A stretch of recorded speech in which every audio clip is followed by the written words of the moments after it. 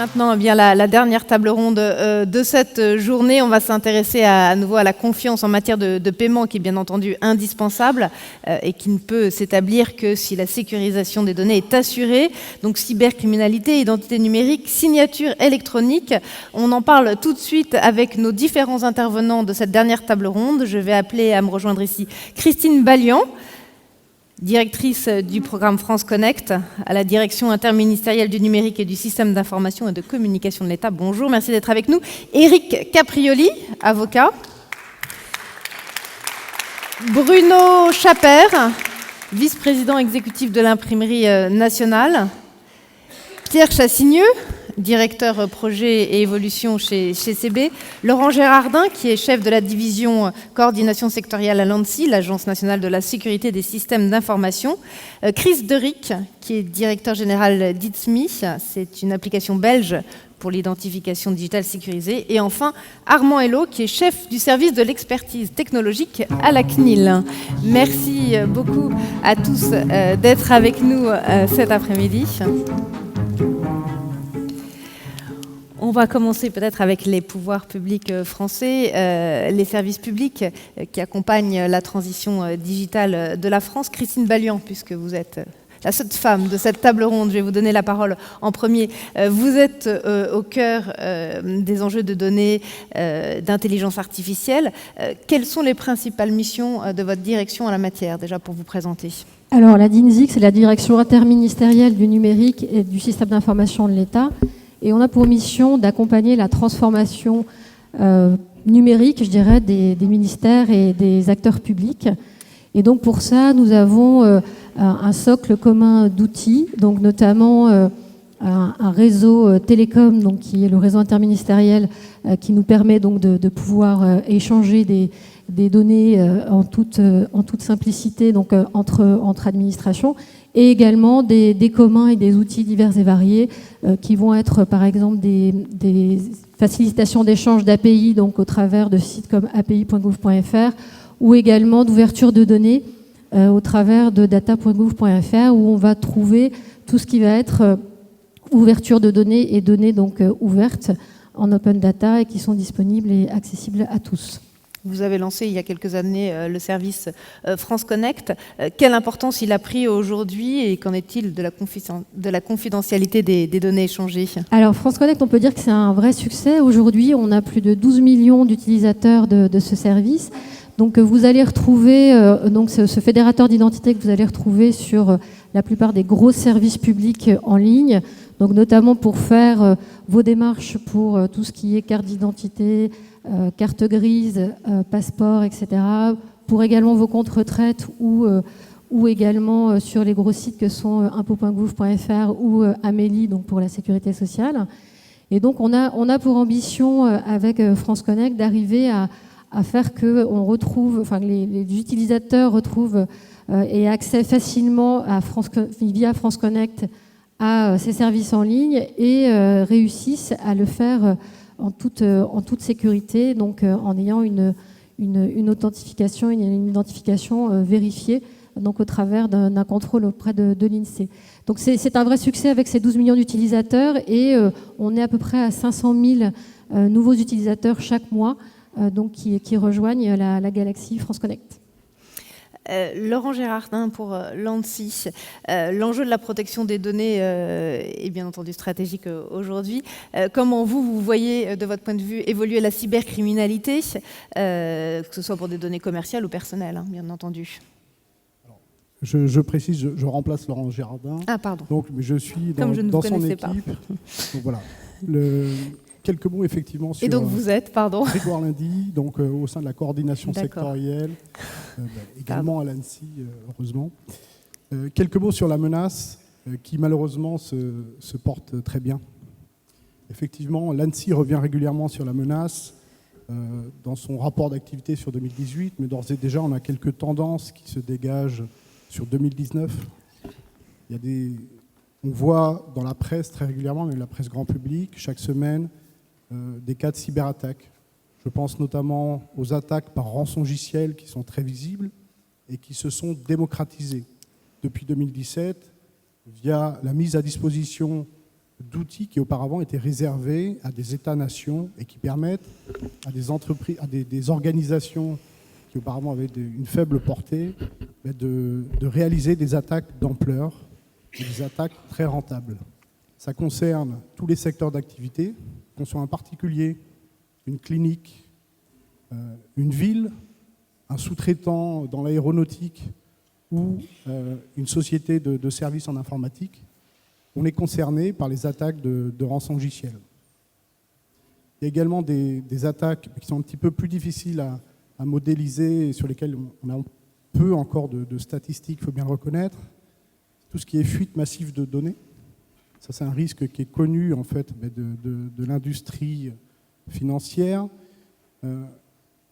Ces fuites de données, c'est un risque qui reste d'actualité et qui va probablement croître, ou en tout cas qui est à surveiller, dans la mesure où la surface d'attaque, c'est lié notamment à la digitalisation d'un ensemble de parcours clients, à l'arrivée de nouveaux acteurs avec la DSP2.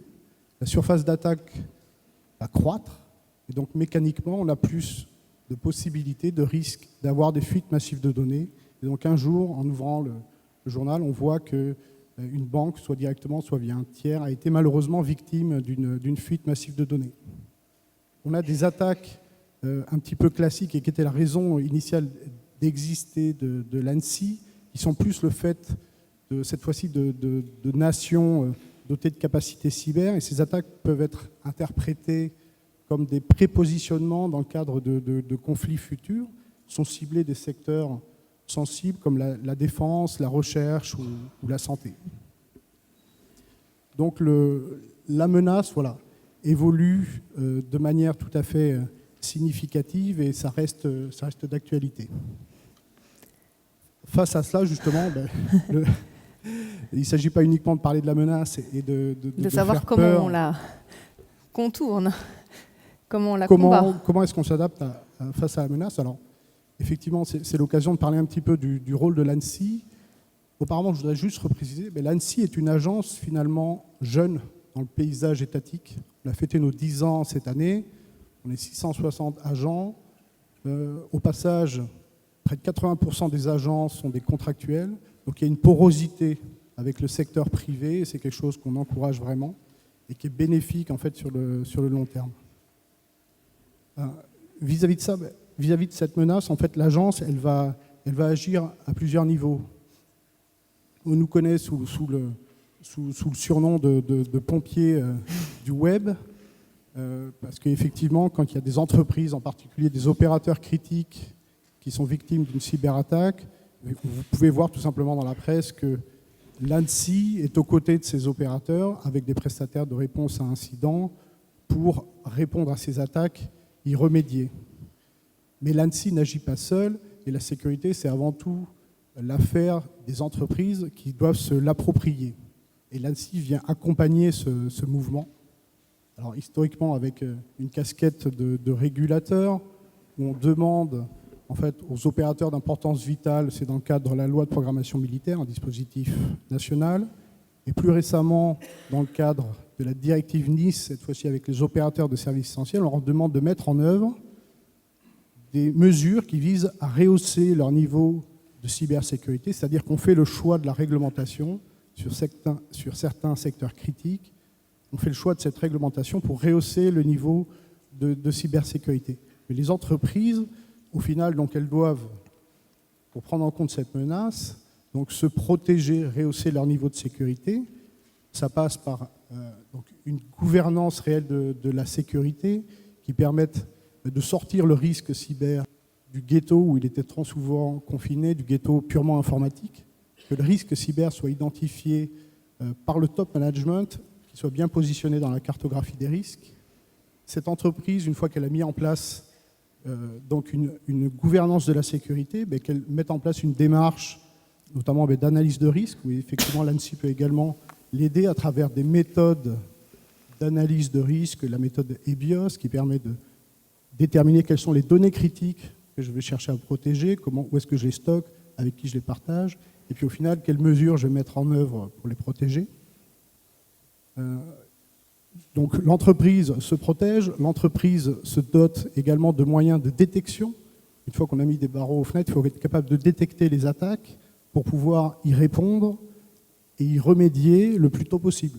On a des cas de cyberattaque où l'entreprise réalise qu'elle est attaquée alors qu'elle a été contaminée il y a 18 mois. Donc vous leur fournissez des processus d'audit et de sécurisation en amont. Exactement. On l'aide à se protéger en amont, on l'aide à détecter les incidents pour être réactive et on certifie également des prestataires de réponse aux incidents de sécurité, c'est-à-dire qu'on les qualifie, l'État français les recommande, ils sont compétents. Et enfin, on incite également les entreprises, sachant que malheureusement, la cyberattaque apparaît comme inéluctable.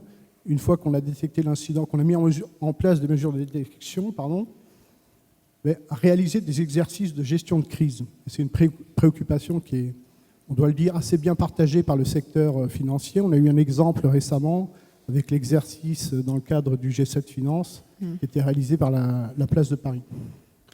Du côté de la protection des données personnelles, Armand Hello pour la CNIL, après plus d'un an d'application de la RGPD, quel est votre constat aujourd'hui? Est-ce que la situation s'est bien améliorée? Et quels enseignements vous tirez aujourd'hui? Après 18 mois, ce qu'on peut dire, c'est qu'effectivement, les choses se sont améliorées. Il y a eu quelque part un choc de mise en conformité chez les entreprises qui ont mis en place tout un tas de processus, de procédures, de démarches pour se mettre en conformité. Donc ça a impacté les entreprises qui traitent directement les données, c'est-à-dire les responsables de traitement, mais également derrière les sous-traitants. On va dire toute la chaîne de traitement des données, effectivement, a commencé à se mettre en ordre de marche pour se mettre en conformité avec la réglementation. Donc globalement, effectivement, oui, il y a une démarche très positive qui a été mise en place pour mettre l'ensemble des traitements en conformité. Ensuite, cette démarche, on va dire, elle n'est pas encore complètement aboutie. On voit bien que dans certains secteurs et en fonction de la maturité des entreprises, bien encore, il y a un certain nombre de choses qui restent à faire. Malheureusement, on le savait, mais on s'est rendu compte lors de l'entrée en vigueur du RGPD que certaines entreprises n'étaient déjà pas conformes à la loi informatique et liberté. Donc sur certains aspects, elles avaient parfois quelques décennies de retard. Donc il y a quand même un passif qui, dans certains cas, est relativement important à combler. Mais ce qui est extrêmement positif, c'est quelque chose qui est en cours. Et l'ensemble des entreprises sont conscientes aujourd'hui, avec l'importance qui est donnée au texte, mais également l'importance des sanctions qui peuvent être prises par la CNIL et ses homologues en cas de non-conformité, que c'est un sujet extrêmement important. Il y a encore des points de vigilance, néanmoins, qui sont importants. Tout à fait, il y a encore des points de vigilance qui sont importants, donc là qui dépendent très fortement en fonction des secteurs.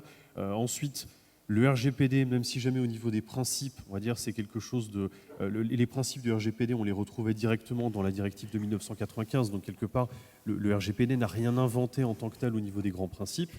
On a un certain nombre de choses qui sont nouvelles, mais voilà, on a un certain nombre quand même de nouveautés dans la façon dont le texte est construit, notamment le fait que maintenant on a un règlement européen donc, qui s'applique de façon uniforme en Europe.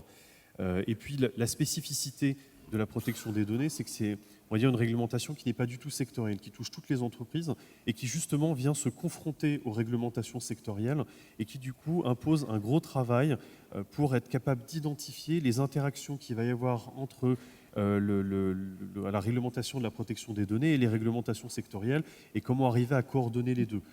Pour donner un exemple très simple, quand on parle de durée de conservation, le RGPD ne dit pas qu'il faut conserver les durées 1 an, 2 ans, 3 ans. Il dit qu'il faut les conserver pendant une durée qui est raisonnable, qui va dépendre de l'objectif poursuivi. Et derrière, du coup, il faut aller voir en fonction des pratiques du secteur et des réglementations sectorielles pour savoir combien de temps conserver en pratique la donnée. Éric Caprioli, est-ce que vous partagez ce constat de la CNIL concernant l'application du RGPD? Alors, en grande partie, oui, dans la mesure où si on se focalise sur les grandes entreprises, elles ont acquis une maturité et, selon ça, et dans certains secteurs comme le secteur bancaire ou le secteur de l'assurance, on a déjà des pratiques instaurées depuis un certain nombre de décennies qui permettent d'arriver à des résultats tout à fait satisfaisants dans le cadre de la mise en œuvre interne, notamment en termes de gouvernance, il y a des services qui existent, en termes de désignation de DPO, maintenant ça se fait de plus en plus, en termes de cartographie des traitements, on arrive à de très bons résultats, et enfin, en termes de tenue du registre, c'est satisfaisant. Il y a encore des choses qui restent à faire, même si ça a bien avancé aussi en termes de transparence, notamment dans le cadre de la relation avec les clients et aussi dans le cadre des instaurations de clauses que l'on introduit aujourd'hui dans les contrats de travail, notamment donc avec la partie RH, qui est importante et que souvent on avait délaissé dans pas mal de comptes. Donc l'avocat que vous êtes, vous dites aujourd'hui bilan plutôt positif. Bilan plutôt positif, mais on est face à mission impossible. Ah. C'est-à-dire que vous avez la petite bête qui va se cacher dans le détail, et dans le détail, quand vous êtes un grand groupe multinational, comment être conforme. Ça, c'est la face pile. Et si vous prenez la face, eh bien vous prenez les petites entreprises, le petit artisan qui est soumis, puisqu'il a dit, il a raison, tout le monde y est soumis. La petite collectivité qui y est soumise aussi, avec une secrétaire de mairie qui n'a pas forcément la compétence et un maire qui ne sait même pas que le RGPD existe aujourd'hui. Il y a des milliers de collectivités qui sont dans cette situation, des centaines de milliers de PME qui sont dans cette situation. Moi, ce qui me peine, c'est ce côté universel qui, effectivement, quand on s'adresse à des grands comptes, à des grandes collectivités, eh bien, on peut traiter parce qu'on a la ressource humaine et la compétence en interne ou en externe, on a les moyens financiers, donc on peut faire. On a des experts techniques, parce qu'il ne faut pas oublier que le traitement de la donnée, c'est quelque chose de très compliqué. Donc vous dites aujourd'hui que les petites collectivités, les petites entreprises sont mal accompagnées, c'est pas qu'elles sont mal accompagnées, c'est qu'elles ne peuvent pas faire face. Mais comme en France, on fait toujours, hein, vous avez les grands qui ont les moyens de se doter de conseils pour pouvoir échapper au fisc ou à je ne sais quoi, et à payer un impôt sur les sociétés, par exemple, qui est modique. Et puis vous avez le grand nombre d'entreprises qui payent l'impôt plein pot. Ça, c'est une réalité. Eh bien, avec la loi informatique et liberté, avec le RGPD, vous ne pouvez pas mettre à égalité la multinationale X qui a les moyens, la compétence technique, parce qu'il ne faut jamais oublier, il y a l'aspect technique, il y a l'aspect métier, l'aspect juridique. Avoir ces trois compétences en interne, il n'y a que les grands comptes qui peuvent les avoir. Vous prenez le petit ouvrier du bâtiment ou la petite entreprise, ben, ils n'ont pas les moyens de faire ça. Moi, c'est ce que je regrette. Alors, moi, ma clientèle, c'est plutôt des grands comptes, donc effectivement, ils sont plutôt au niveau, ils travaillent bien, ils essayent de faire le mieux possible et ils essayent d'aller voir la CNIL qui collabore pour essayer de monter des projets et essayer d'arriver à des résultats, parce qu'il y a quand même le business qui prime. C'est-à-dire, par exemple, dans la banque, le gros souci aujourd'hui, c'est quoi ? Le partage de données. Quand vous êtes un grand groupe bancaire, partagez des données pour de la lutte antifraude ou quel que soit le sujet, partagez les données. Il y a de manière offensive ou de manière défensive. Eh bien, ça, c'est des vrais sujets. On peut collaborer avec la CNIL parce qu'ils sont des interlocuteurs à l'écoute. Mais vous voyez le petit artisan, aller voir la CNIL, surtout s'il vient de Brest, de Perpignan. Alors, qu'est-ce qu'on fait pour le petit artisan ? Écoutez, la CNIL. On essaie de faire... on a parfaitement conscience, effectivement, que l'ensemble des... Alors, nous, on parle de responsables de traitement, donc les entreprises, quelle que soit leur taille, qui sont soumises à la réglementation. Nous, ce qui nous intéresse, l'objet qu'on traite, c'est avant tout le responsable de traitement, celui qui décide de traiter de la donnée personnelle, qui est effectivement peut-être une multinationale de 200 000 salariés ou effectivement l'artisan du coin. Bien sûr, on est parfaitement conscient que les moyens ne sont pas du tout les mêmes, les enjeux ne sont pas du tout les mêmes non plus. Et derrière, on va dire, le travail d'accompagnement de la CNIL, il se module en fonction de la taille et des capacités des entreprises. Et étaient cités par exemple des maires de petites communes. La CNIL travaille avec l'Association des maires de France pour justement essayer de diffuser la culture informatique et liberté au sein de l'ensemble des collectivités locales. Il y a un guide collectivité locale qui est paru très récemment. Alors évidemment, on peut toujours faire mieux, c'est toujours perfectible.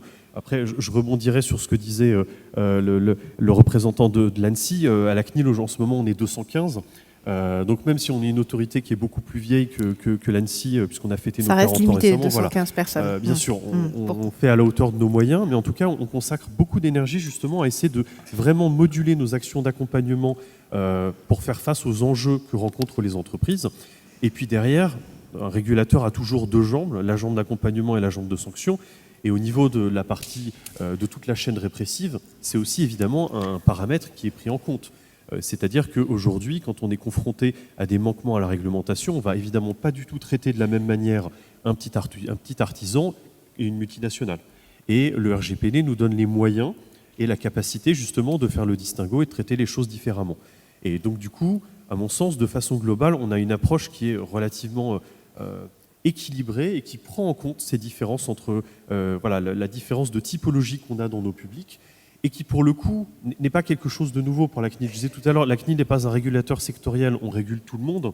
Et du coup, effectivement, historiquement, on sait bien qu'on va avoir des publics très différents.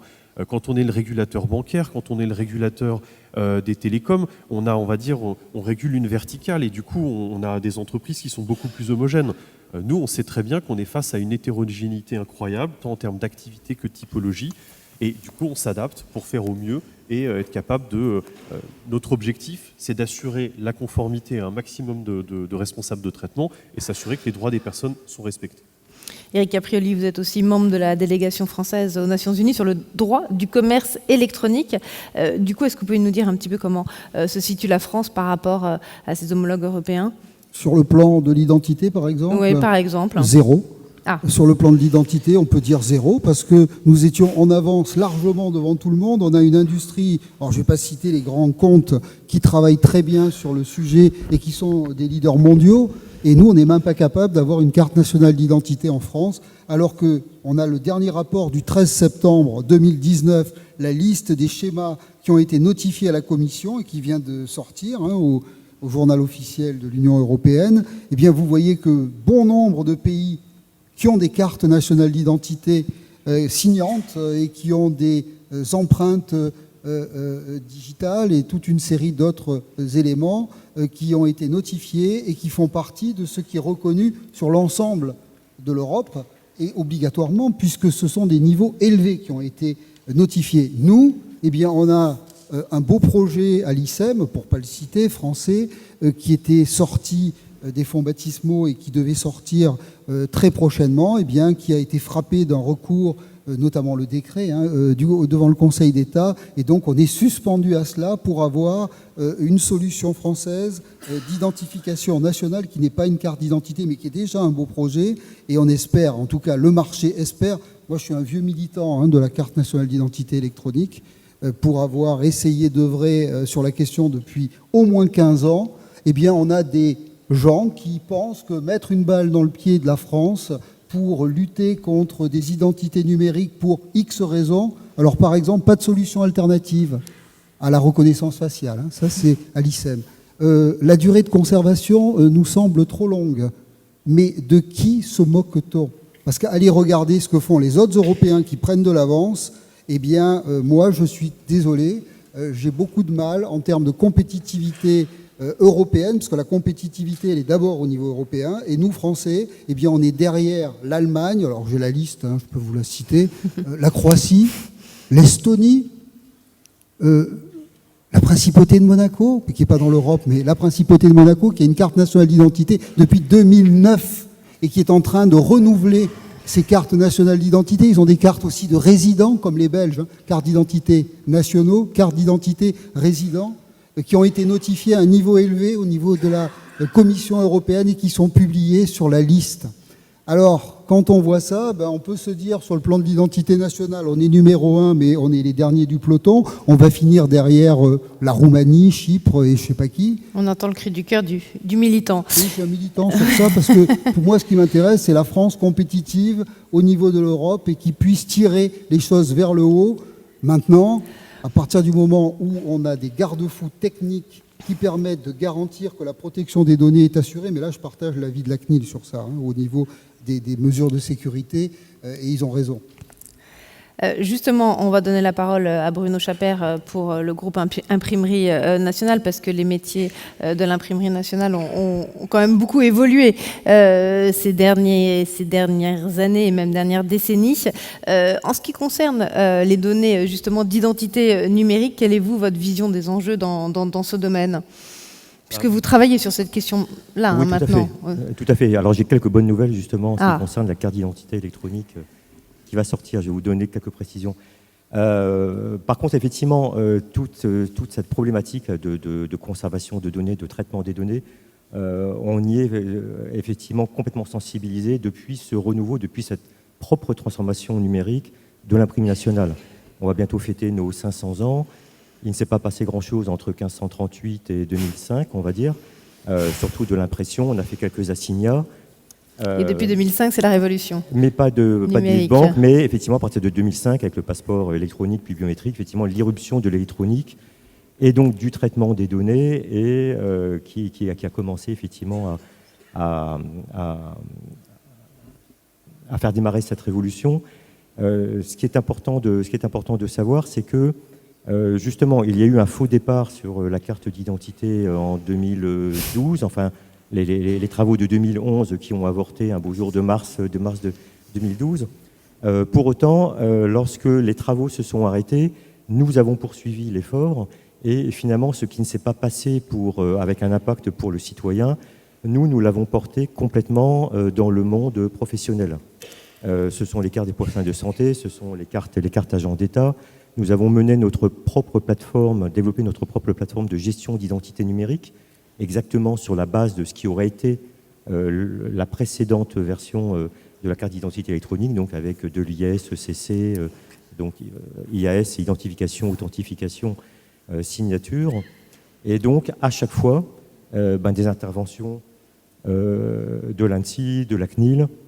Et comme nous avons considérablement développé l'activité service avec de la manipulation de données citoyennes et d'entreprises, nous sommes constamment confrontés à ces problématiques de confiance, en fait, quant au traitement. Et on a le bonheur de voir assez souvent effectivement des audits CNIL sur tel ou tel service. Maintenant, le lien avec le monde bancaire, en fait, alors effectivement, nous ne sommes pas sur les billets de banque, mais pour autant, nous sommes sur... Mais vous avez une expérience en termes de protection des données, Nous sommes notamment. sur la carte, sur la carte bleue, enfin sur les cartes, car nous, au travers du chip, et en fait, avec le mode contact et sans contact, le mode dual, et le mandate de Mastercard et de Visa, effectivement, au niveau de la planète, ce sont maintenant des centaines de millions de ce qu'on appelle des plateformes que l'on retrouve sur quasiment toutes les cartes duales. Mais quand il y a eu effectivement dès début 2018 la résurgence de ces réflexions sur l'identité numérique en France, le schéma d'identité numérique français, avec la commission interministérielle menée par Valérie Penaud, là nous avions déjà travaillé dès 2017 à ce schéma, avec des mots un petit peu barbares, ce que l'on voit ici, la biométrie, le mobile, le wallet, le token. Et nous avions déjà développé une solution que nous avions montrée au FIC dès 2018 et qui rentrait complètement en résonance avec ce que cette commission était en train de réfléchir. Et à cette occasion, nous avons été en contact direct et indirect via la commission avec la Fédération française bancaire pour voir comment et sur quel cas d'usage il devait y avoir des authentifications de niveau substantiel et de niveau élevé. Alors, si j'accélère un tout petit peu, ce qui s'est passé relativement récemment, c'est un décret européen qui impose à tous les États européens d'être dotés d'une carte d'identité électronique avec un profil qu'on appelle ICAO. Le profil ICAO, c'est celui que vous avez sur un passeport, c'est-à-dire des données biographiques et puis des données biométriques, et que l'on trouve également sur le titre de séjour électronique européen. C'est ce même profil que l'on va retrouver dans la future carte d'identité électronique, mais bien entendu, mais sous une forme différente de ce qui s'était fait en 2011, on va porter une notion de service. Notion de service pour effectivement que l'on puisse s'authentifier de manière substantielle ou forte à partir d'un mobile, à partir d'un téléphone, à partir d'une tablette, pour ouvrir un compte en banque sans avoir besoin immédiatement ou un petit peu plus tard d'avoir quand bien même besoin de transférer des justificatifs papier, pouvoir faire effectivement des transferts à partir de tel montant de façon relativement aisée. Alors, il se trouve que je suis au Crédit Agricole et à chaque fois que je veux faire des transferts à mes enfants qui se trouvent à l'étranger, je charge un IBAN, mais en fait, on me demande 3 jours. Mes enfants, eux, ne jurent que par TransferWise. Et en fait, voilà, TransferWise, plus N26, plus d'autres banques de ce type, effectivement. Mais c'est la panacée, en fait, de la jeune génération. Là, effectivement, on peut imaginer qu'avec cette carte d'identité qui va sortir donc au plus tard le 2 août 2021, on puisse opérer en toute confiance tous ces services. Merci, on va aller faire un petit tour du côté de la Belgique maintenant avec ce projet des banques belges et des opérateurs télécoms qui ont développé un nouveau système justement d'identification qui s'appelle It's Me. Bonjour Chris Derick. Est-ce que vous pouvez nous décrire dans un premier temps rapidement ce système mis au point? Donc It's Me est une identité numérique comme celui dont on vient de parler. Et au lieu d'expliquer ce que c'est une identité numérique, je vais juste expliquer en 2 mots ce que ça fait et ce que l'utilisateur peut faire. Donc, premièrement, un utilisateur peut partager des données, donc partager des données vérifiées. Ce sont des données à 100% vérifiées. Deuxièmement, vous avez la possibilité de vous connecter à, disons, des applications ou des sites web, mais dans le futur, beaucoup plus, comme tous les, disons, objets connectés. Donc, je peux aussi me connecter sur ma maison, le webcam, un drone, n'importe quoi. Donc, ça devient très important. Une troisième fonctionnalité, c'est la confirmation. C'est la possibilité de confirmer des choses. Donc, c'est un peu plus d'une authentification. C'est authentifier plus du contenu. C'est ce qu'on fait avec des transferts bancaires, par exemple, mais aussi pour donner un consentement ou confirmer des ordres. Donc il y a vraiment beaucoup de possibilités. Et quatrième fonctionnalité, c'est la signature qualifiée. Donc on a la possibilité de signer des documents. Et donc, ce sont pour nous les 4 fonctionnalités de base qui sont, disons, dans la plupart des cas clés dans des projets de transformation digitale. Donc, chaque fois qu'une société veut digitaliser un processus, ils sont confrontés avec, disons, et c'est aussi le customer journey typique, c'est devenir client. Là, vous voulez partager des données. Par après, vous allez communiquer, un marchand ou une société avec ses clients, c'est l'élément se connecter. Si vous faites du business, à ce moment, on est en train de parler de confirmer des choses ou de signer des documents.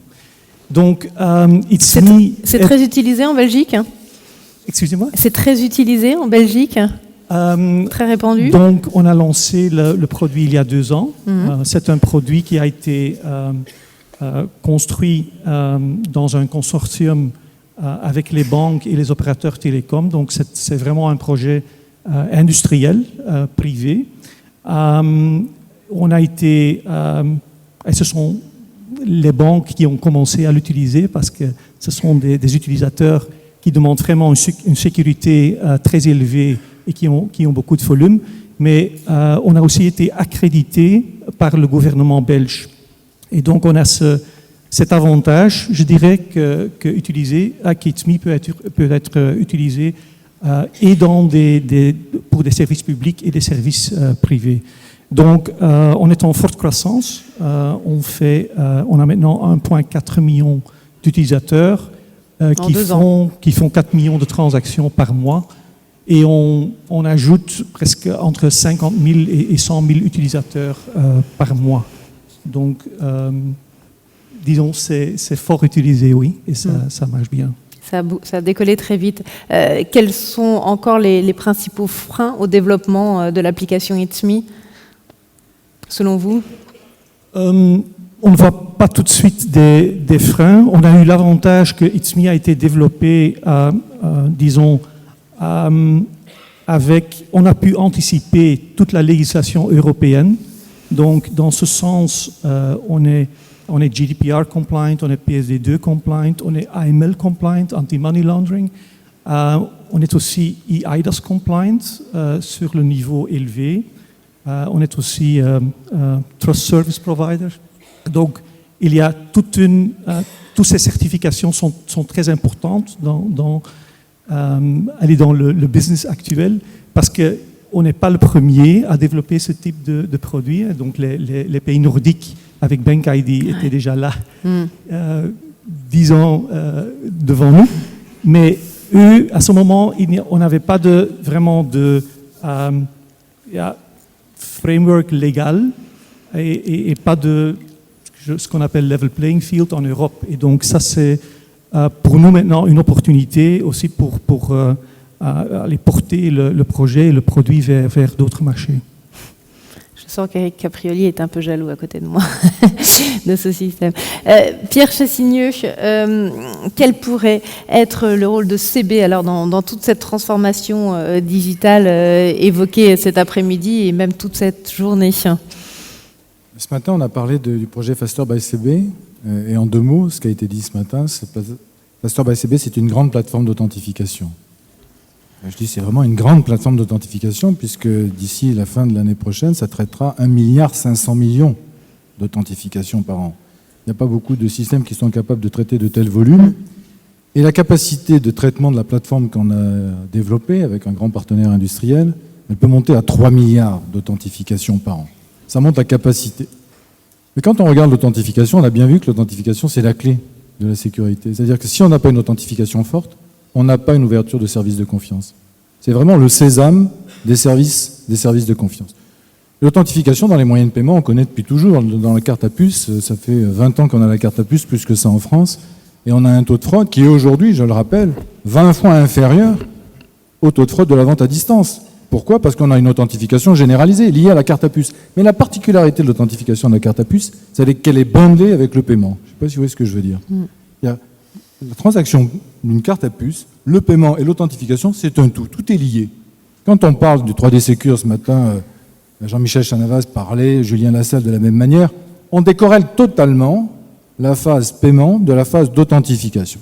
À partir du moment où on fait cette décorrélation, on voit bien que l'authentification, et Jean-Michel, tu le rappelais ce matin, ça devient vraiment la pierre angulaire de la sécurité de n'importe quel moyen de paiement. On parle aujourd'hui du moyen de paiement par carte, mais demain on pourrait parler de l'instant de paiement.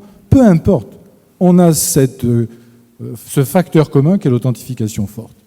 Et donc nous, la réflexion qu'on mène au sein de Carte Bancaire aujourd'hui, c'est de dire, mais à partir du moment où on a cette plateforme d'authentification, qui est complètement, comme je viens de le dire, décorrélée potentiellement du moyen de paiement, mais pourquoi ne pourrait-on pas ouvrir cette plateforme d'authentification à du multisectoriel ? Il n'y a pas que la sécurisation du e-commerce qui demande de l'authentification forte. C'est l'ensemble de l'économie française qui a besoin d'authentification. Alors on a 2 options. Là, vous pensez à quoi ? Soit on laisse entre les mains, ce matin on a parlé des GAFAM, on laisse l'authentification entre les mains, ils font bien le boulot, mon propos il n'est pas de dire qu'ils ne font pas bien le boulot.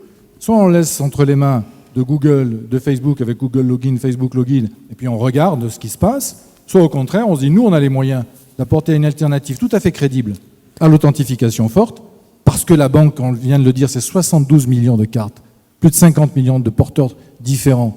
C'est des milliers, 180 000, on a parlé ce matin de e-commerçants.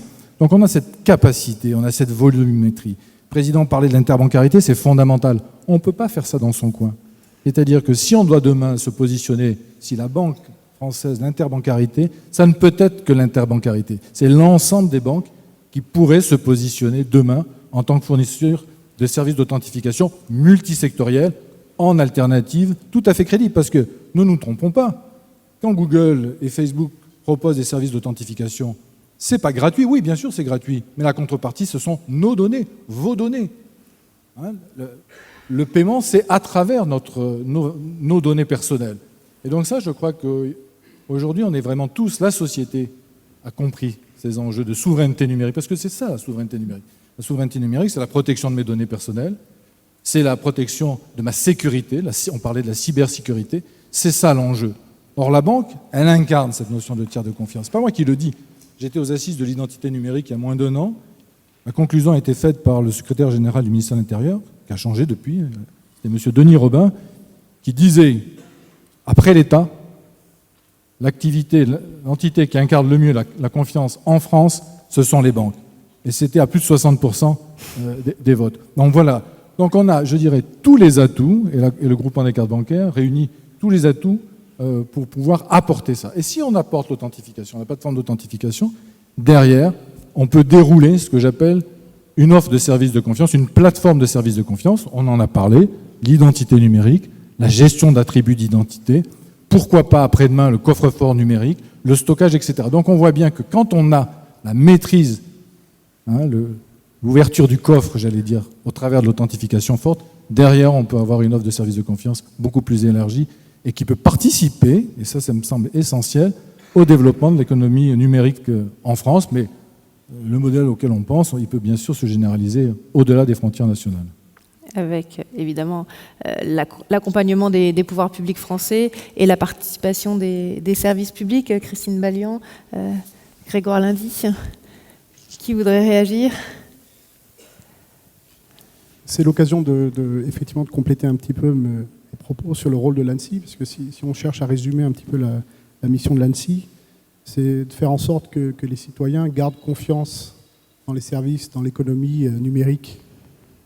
Donc il y a un élément qui est clé pour ça, sont les visas, les labels de sécurité dont l'ANSSI est le garant. C'est-à-dire qu'un produit, il prétend atteindre un certain niveau de sécurité, c'est la cible qu'il se fixe. Et le rôle de l'ANSSI, c'est de garantir aux utilisateurs finaux, donc ça inclut notamment les clients des banques, que ce niveau de sécurité, il est atteint. Et pour ça, on passe par des processus de certification ou de qualification, mais au final, il y a des labels. Alors, dans un premier temps, ils sont franco-français, et puis avec le Cyberact, on aura des labels de portée européenne pour pouvoir apporter de la confiance, notamment dans des mécanismes d'authentification ou tout autre mécanisme globalement numérique qui concourt à la confiance numérique. Christine Ballian. Après la dimension de fédération d'identité, nous, c'est notre cœur aussi de positionnement et c'est quelque chose qui est important et qu'on fera à différents niveaux. C'est-à-dire que dans France Connect, il y aura cette fédération d'identité de différents niveaux. Donc on a parlé des niveaux substantiels élevés. Et donc on aura aussi cette capacité au travers de France Connect de fédérer tous ces niveaux d'identité potentiels qui pourront émerger et qu'on serait ravis d'accueillir dans la fédération France Connect. Éric Caprioli, vous étiez un peu négatif tout à l'heure sur l'évolution de la France en la matière. Il y a quand même des possibilités. Je ne dis pas qu'il n'y a pas de possibilités. Je dis qu'on est les numéros 1 et on n'est plus les numéros 1. C'est tout. Quand on est en pole position, on doit arriver le premier sur la ligne d'arrivée. On était en pole position, on n'arrivera pas les premiers. C'est tout ce qui me fait râler. À part ça, c'est l'impulsion politique qui manque? Mais ce n'est pas l'impulsion politique. En 2012, ils se sont ratés. Ce que Sarkozy a rêvé de faire, Cazeneuve l'a fait en décorrélant la base policière de la carte avec tous les outils autoportants. Voilà. Voilà, comme vous dites. Pierre Chassigneux, vous vouliez rebondir? Non, moi ce que je voudrais simplement dire, c'est qu'on a tous les atouts en France pour réussir. On a dans la salle ici les plus grands industriels dans le monde de l'identité, dans le monde de la cybersécurité, que ce soit des grands industriels, que ce soit des startups, des fintechs. On a tout ce qu'il faut, vraiment, pour être, comme disait Eric, probablement les meilleurs sur ce sujet et porter un projet aussi de dimension européenne avec vraiment cet enjeu de souveraineté numérique. C'est de ça dont il s'agit. Et je pense que les banques, grâce à ce tissu industriel hors du commun qu'on peut avoir sur cette thématique en France, vraiment les banques ont un rôle majeur à jouer. On pourrait appeler ça peut-être la banque augmentée, je ne sais pas, on verra bien. Merci. La banque augmentée. Chris Derick, vous avez d'autres idées de services à développer à partir ou après l'application It's Me?